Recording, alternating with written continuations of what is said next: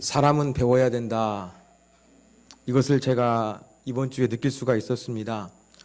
원래 제가 교회를 개척한 초기부터 그 유대인의 교육을 교회 사역에 적용하고자 하는 그런 마음이 있었는데, 개척 초기에는 여러분 아시다시피 결혼 안 하신 분도 있고 또 혼자 사시는 분도 있고, 또 그 당시에 막 돌싱 뭐 이러한 단어가 유행되고 1인 가구가 좀 이슈화되면서 제가 조금 이 가정교육 그런 부분들을 좀 열심히 좀 준비를 하고 있었지만 한 번도 교회 사교에 적용을 하지 못했습니다. 이제 조금 올해부터 그러한 적용을 하고자 제가 계획을 하면서 책을 좀 읽고 있었거든요. 그래서 유대인의 그러한 그 교육법, 하브루타, 또 유대인들이 하브루타는 그 대화법입니다. 대화하면서 토론하는 방식을 이야기하는데, 이 부분을 또 언급하다 보면은 탈무드가 나와서 이런 부분들을 제가 좀 책을 좀 읽었습니다. 이런 책을 읽고 나가서 우리 수요일 날 누가복음 강해를 하는데 19장에 보니까 예루살렘 성전에 입성하신 예수님께서 그렇게 유대의 종교 지도자들과 논쟁을 하시더라고요. 토론하신 것이죠. 쉽게 말하면 이런 토론의 그러한 어떤 그 기법들이 이 유대의 하브루타, 탈무드 이것과 깊은 연관이 있구나, 그런 생각이 들면서 역시 사람은 배워야 된다, 제가 그런 생각을 하게 되었습니다. 오늘 말씀도 우리가 조금 더 깊이 있게 생각해야 되는 그러한 말씀이라고 생각이 되어집니다. 여러분 화면에 보시는 것처럼 수고하고 무거운 짐진 자들아 다 내게로 오라, 내가 너희를 쉬게 하리라. 이 말씀 많이 들어보셨죠?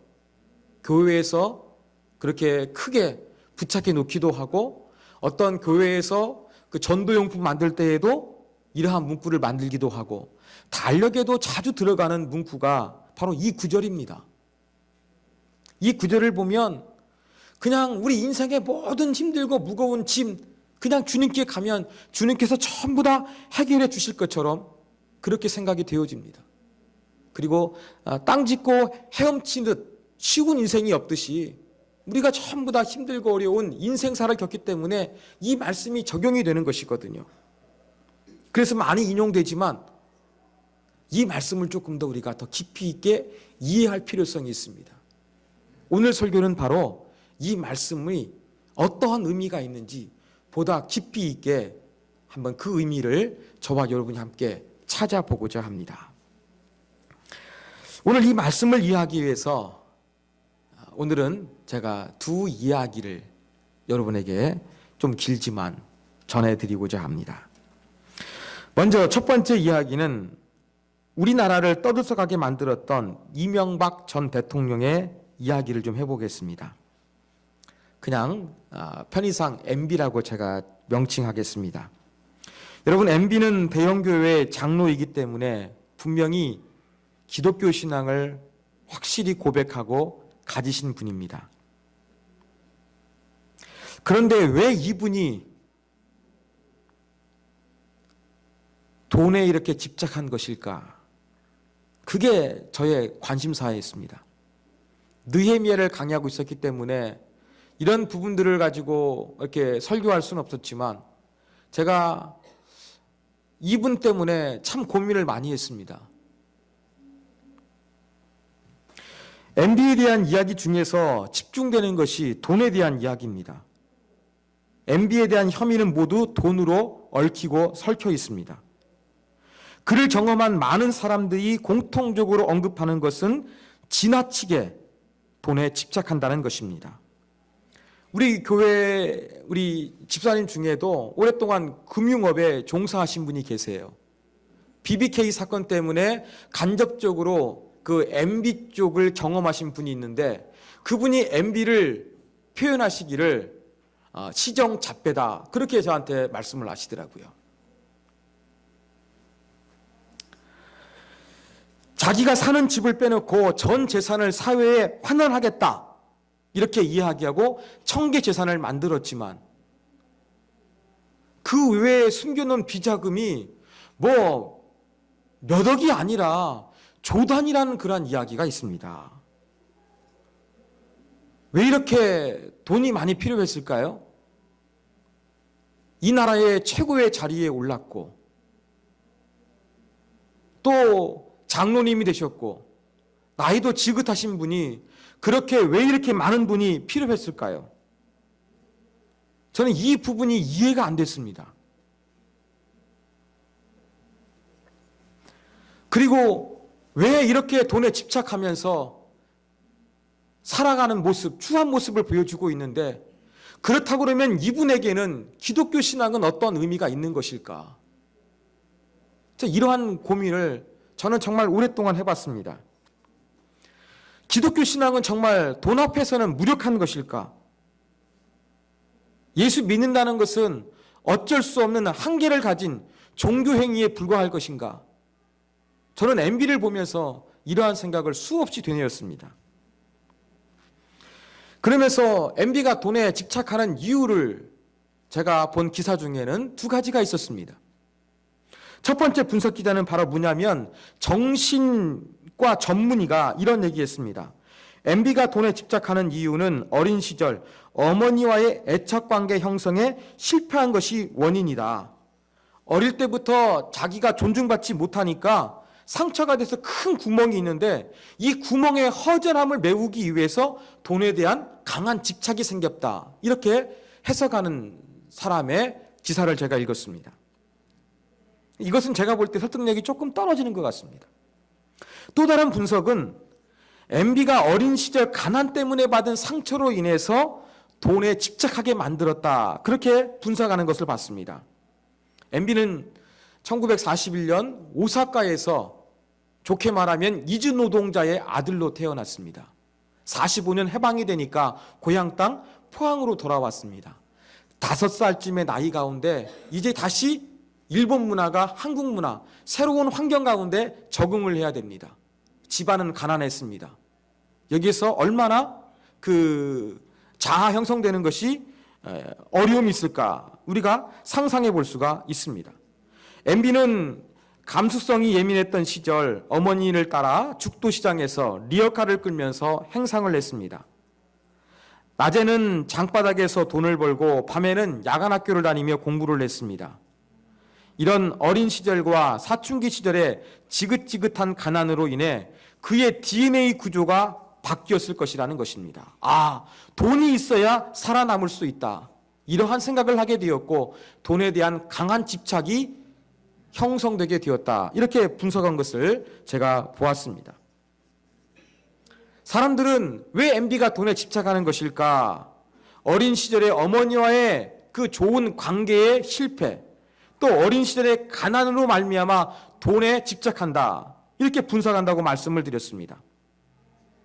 근데 저를 더 힘들게 만들었던 것은 이분이 기독교 신앙을 가지고 있는데 이 집안의 분위기를 보면은요, 그래도 진실된 믿음의 집안입니다. MB의 간증 테이프를 붙여보면 어머니의 기도 빠지지 않습니다. 그런데 그 좋은 믿음의 영적인 환경을 가진 MB였지만 왜 그래도 어린 시절에 어머니의 애착 관계랄지 어린 시절의 가난의 어떠한 그 트라우마를 극복하지 못했을까? 이것을 보면서 저는 더 심하게 고민하게 되었던 것입니다. MB를 집요하게 추적했던 주진우 기자가 이런 얘기를 했습니다.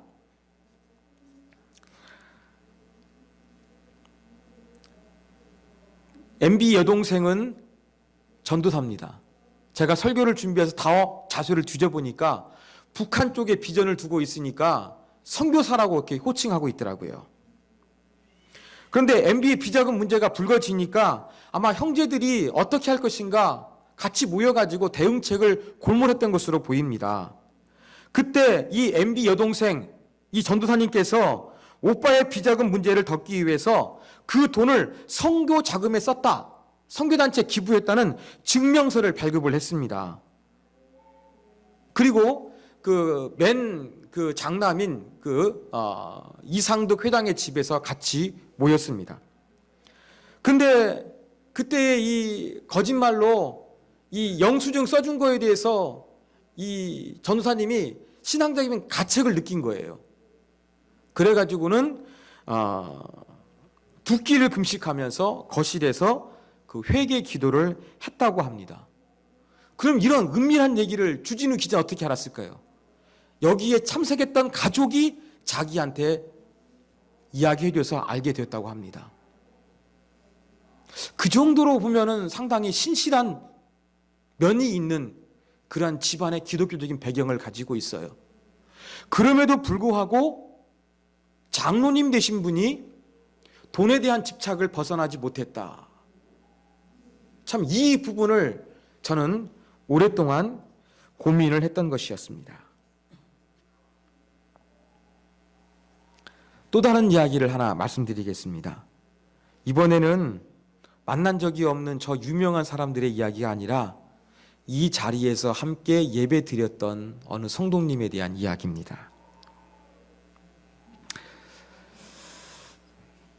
이 여자 성도님은 좀 나이가 있으신데 하나님을 믿기로 해서 교회에 나갔습니다. 교회에 출석해서 열심히 성경 공부를 했는데 이 이야기를 이분의 매제 되시는 분이 목사님이세요. 이 목사님에게 대해서 이야기했더니 이 목사님이 뭔가 교회가 이상한 거예요. 몇 가지 물어봤더니 이분이 나갔던 교회가 신천지였습니다.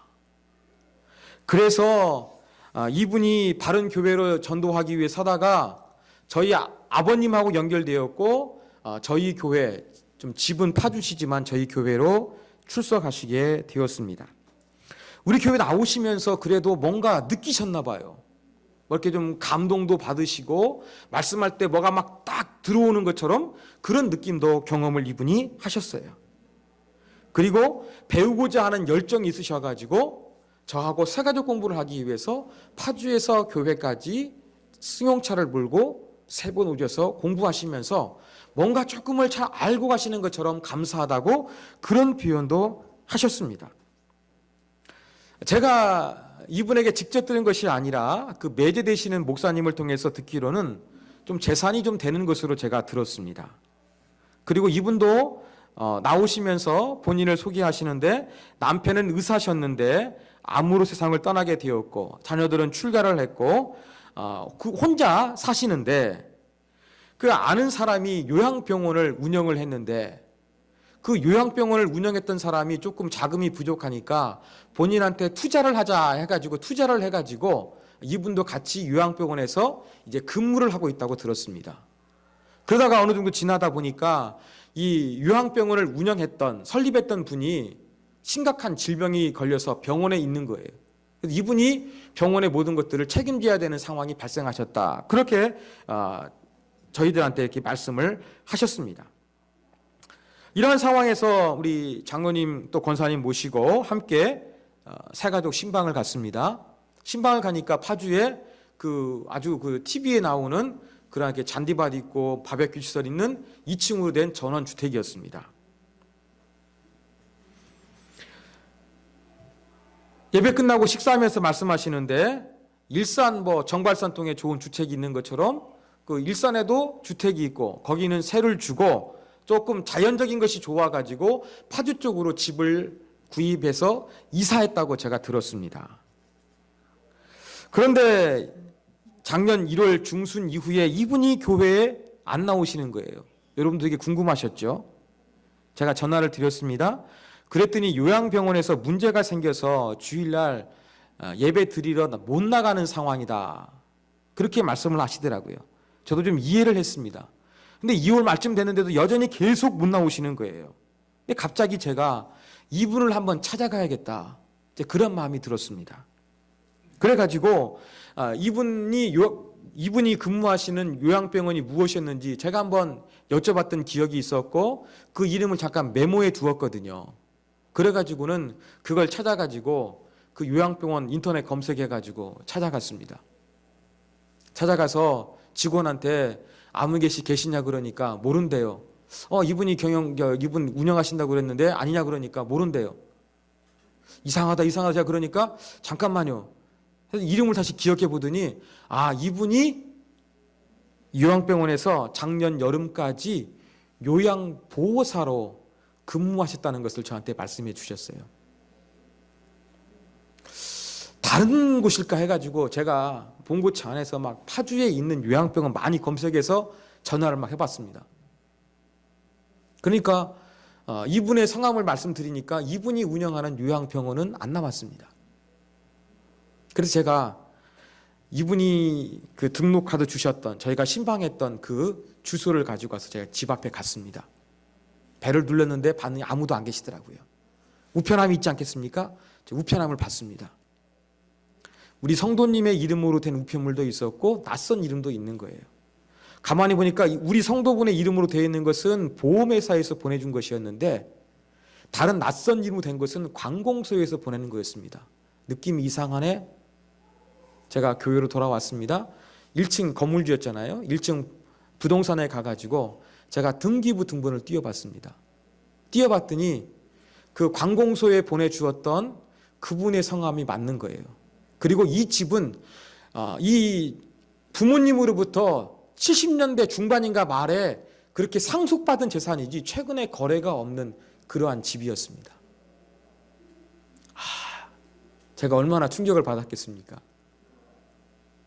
제가 이런 얘기, 때로는 목사는 성도에 대해서 솔직하게 말씀을 못 드립니다. 저는 아마 몇 분한테 말씀드렸을 거예요. 그 집이 좋으니까 한번 고기 파티를 하든지 1박 2일 수련했으면 좋겠다. 혼자 사시니까. 제가 그런 생각도 했던 적이 있었는데 이게 아니라는 것을 알게 되니까 제가 깜짝 놀랐어요. 어떻게 해야 될까? 그 매제되시는 목사님한테 이 사실을 전부 알려드려야 될까? 한참을 고민하다가 그냥 또 조심해야 되니까, 또 가족 간에까지 또 막 제가 분쟁 일으키면 안 되니까 제가 모른 척하기로 하고 그 매제되시는 목사님한테 전화를 드려서 교회를 못 나오신다. 한번 전화 안 받으시니까 연락되시면 한번 이렇게 통화됐으면 좋겠다 하니까 그 매제되시는 목사님이 통화했고 저한테 전화 갈 겁니다 하더니 전화가 오셨어요. 사시는 집에 강도가 들어서 너무나 무서워가지고 집에 못 들어가고 있는 상황이다. 그 새로운 집을 이제 구하려고 한다. 새로 집을 구하게 되면 그때 교회에 나오겠습니다. 저와 그렇게 통화를 했습니다. 3월 달에. 근데 한참 지나가지고 4월인가 5월에 저한테 문자가 왔어요. 목사님, 이사한 곳 옆에 교회가 있어 그리 나가겠습니다. 그동안 신앙이 성장할 수 있도록 도와주셔서 감사합니다. 제가 어떻게 했겠습니까? 이분이 제가 조금 파주 쪽에 있는 요양원 지역들 아마 전화를 많이 했으니까 그 사실을 알게 되었을 것으로 이분이 그래서 교회 안 나오시는구나 이해하고 네, 그러면 그렇게 하십시오. 제가 말씀을 드렸습니다. 이분 통해서 제가 충격을 받았습니다. 이분이 뭐가 그 말씀을 듣다가 어떤 은혜도 받았고 뭔가 이렇게 좀 진리에 대해서 뭔가 알아가는 것 같았는데 조금 본인의 어떠한 그 삶에 대해서는 정직하지 못한 부분이 있으셨잖아요. 이러한 부분을 어떻게 해석해야 될까 고민을 했는데 저는 이렇게 생각을 했습니다. 그분이 어떤 이제 신앙을 가지고서 뭔가 주님을 알아가고 주님의 은혜를 경험한 것은 맞다. 그렇지만 인생을 살다 보면은 내가 대접받기 위해서는 내가 좀 많은 걸 가진 것처럼 그렇게 이야기를 해야 존중해 주니까 이렇게 말씀하신 것은 아닐까. 제가 그런 생각을 한번 해보게 되었습니다. 그러면서 예수를 믿어도 사람을 변화시킬 수 없는 것일까? 신앙이 점점점 성장해 가도 이러한 부분들이 사라지지 않는 것일까? 제가 그러한 고민을 했던 기억이 있습니다. 여러분, 이런 두 가지 이야기를 듣고 나서 여러분 믿음이 무엇이라고 생각하십니까? 예수 믿으면 새로운 삶을 산다고 하는데 새로운 삶은 무엇이겠습니까? 사람이 얼마나 변하는 것입니까? 장로가 되어도 과거의 그 상처를 극복할 수 없다는 말인가? 예수를 믿어도 여전히 사람들 앞에서 잘 보이고 싶은 이 자존심과 허영은 떨칠 수 없다는 말인가? 돈과 사람들 앞에서의 명예, 자존심, 이것이 정말로 신앙보다 더 중요하단 말인가? 저는 이 두 가지 사건을 통해서 이러한 질문을 던져봤습니다. 이제 다시 오늘 본문 말씀으로 돌아오겠습니다. 예수님 뭐라고 말씀하셨습니까? 수고하고 무거운 짐진 자들이 예수님을 찾으면 쉼을 얻을 것이라고 말씀을 하셨습니다. 그러면 제가 말씀드린 두 분은 과연 쉼을 얻었을까요? MB는 구치소에 들어갈 때 성경을 가지고 들어갔다고 합니다. 우리 교회에 출석하셨던 그 성도분은 지금 다른 교회에 나가시는 것을 우연히 알게 되는데 성경을 이독했다고 합니다. 여전히 믿음을 가지고 있습니다.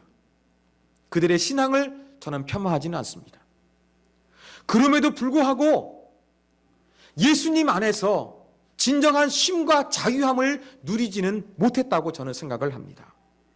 바로 오늘 이 본문이 우리가 예수님을 만나서 쉼을 누려야 되는데, 자유함이 있어야 되는데, 그 해답을 오늘 본문 속에서 우리가 발견할 수가 있습니다. 29절 말씀 우리 같이 한번 화면 보시고 읽겠습니다. 시작.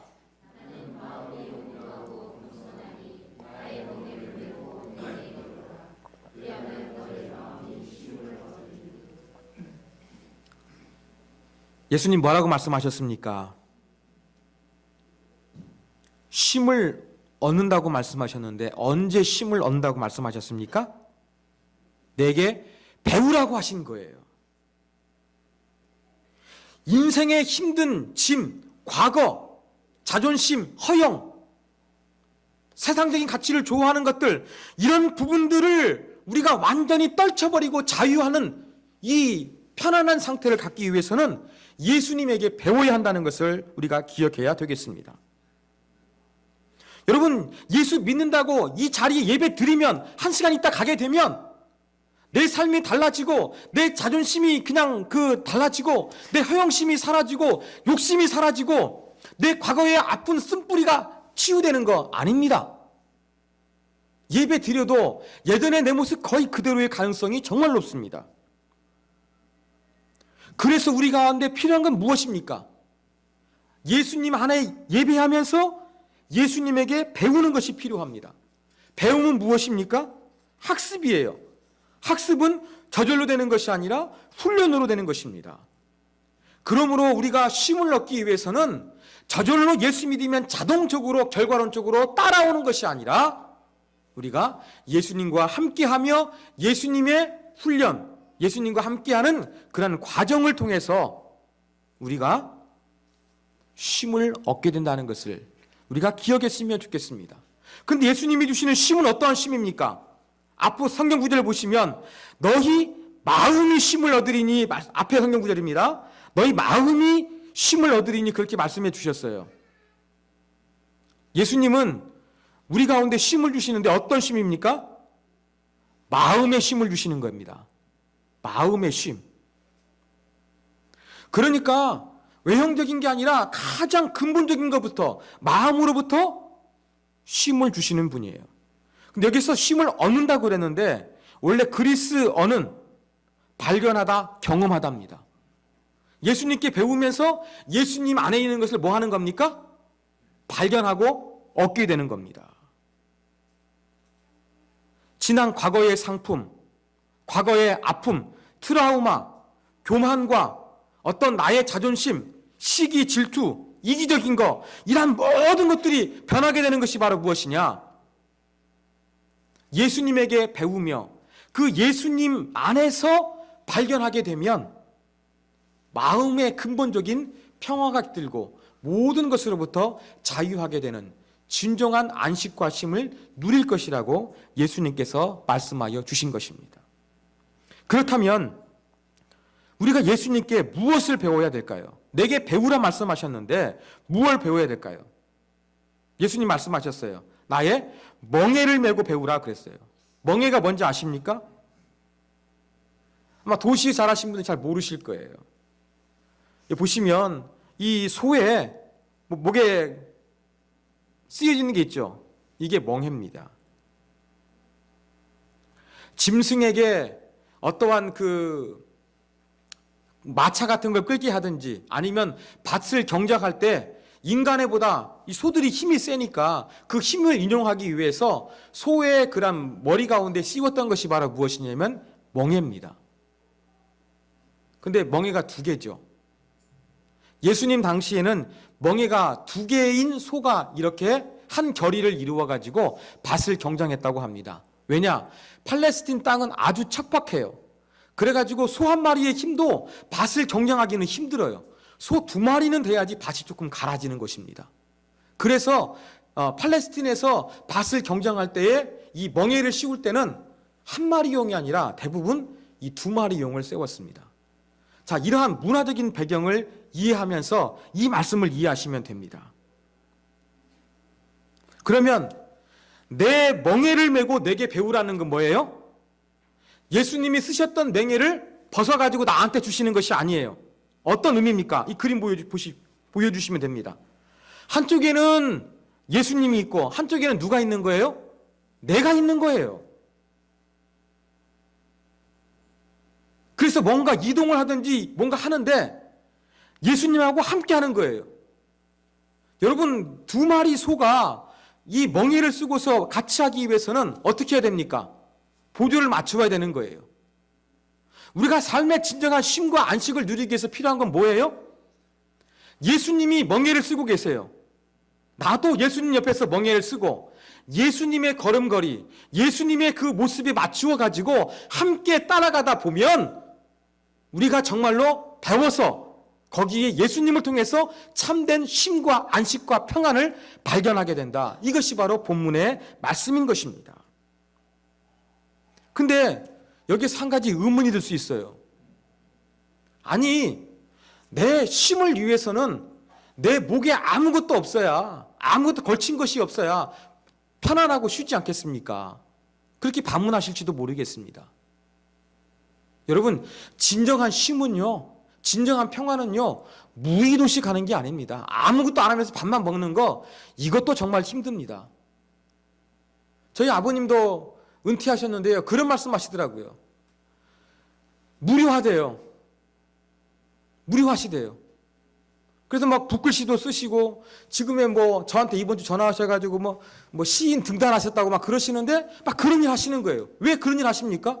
무료함을 달래서 하시는 겁니다. 아마 연세 드신 분들 중에서도 일상이 그러신지도 모르겠습니다. 사람은요, 아무것도 안 하는 것이 자유한 게 아니에요. 뭔가 일 가운데서 깊은 의미를 깨달아야 되는 거예요. 예수님이 주신 평안은요, 무의도식하면서 아무것도 안 한 거, 배부른 돼지처럼 뒹구는 거, 그러한 삶이 아니에요. 예수님이 주시는 그러한 참된 자유와 쉼은 바로 무엇입니까? 예수님처럼 되어가는 거예요.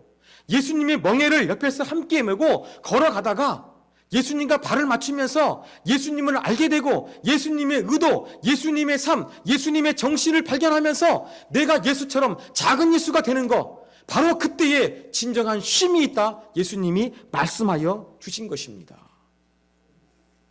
그래서 우리는 인생의 쉼을 얻기 위해서 어떻게 해야 되느냐?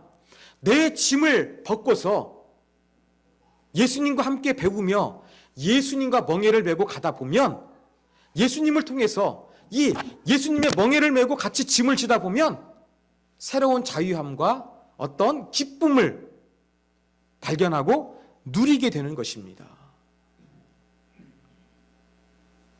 그런데 다시 이제 제가 설교 중에 언급했던 두 분에게로 돌아가 보겠습니다. 두 분은 분명히 예수님 만났습니다. 그들의 신앙도 참된 신앙입니다. 그러나 제가 볼 때 그분들이 예수님의 멍에를 보고 예수님의 삶과 정신을 닮아가는 것에, 그 훈련에, 그 배움에 아직도 가야 할 길이 멀지 않았나, 저는 그러한 생각을 해봅니다.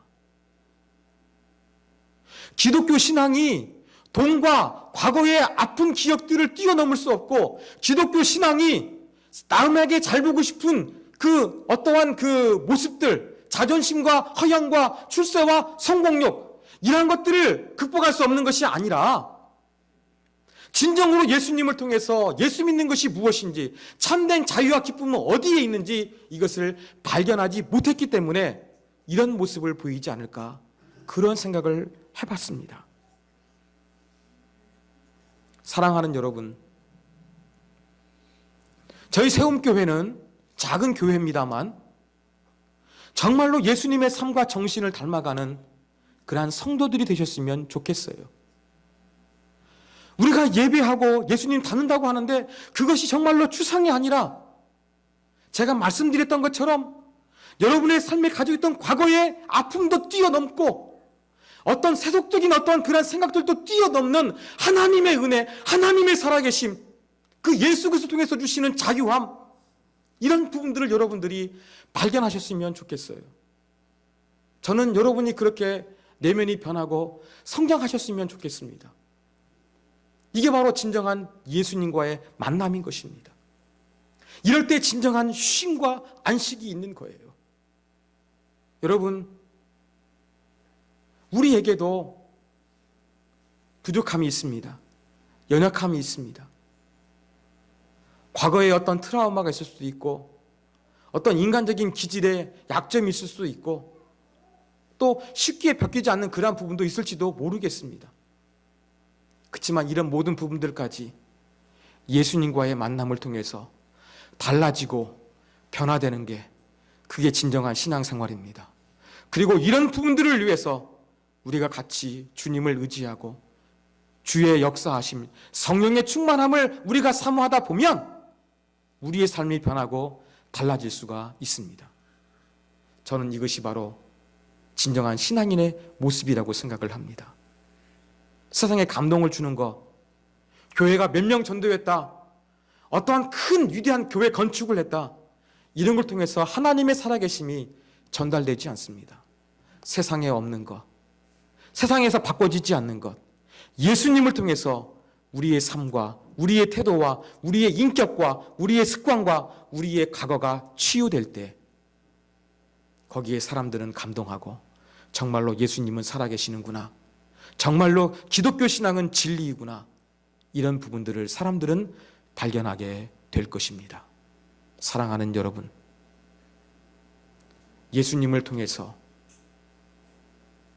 예수님의 멍에를 메시고 여러분의 삶이, 여러분의 인격이, 여러분의 내면이 달라지는 그 아름다운 역사, 그 역사가 있기를 원합니다.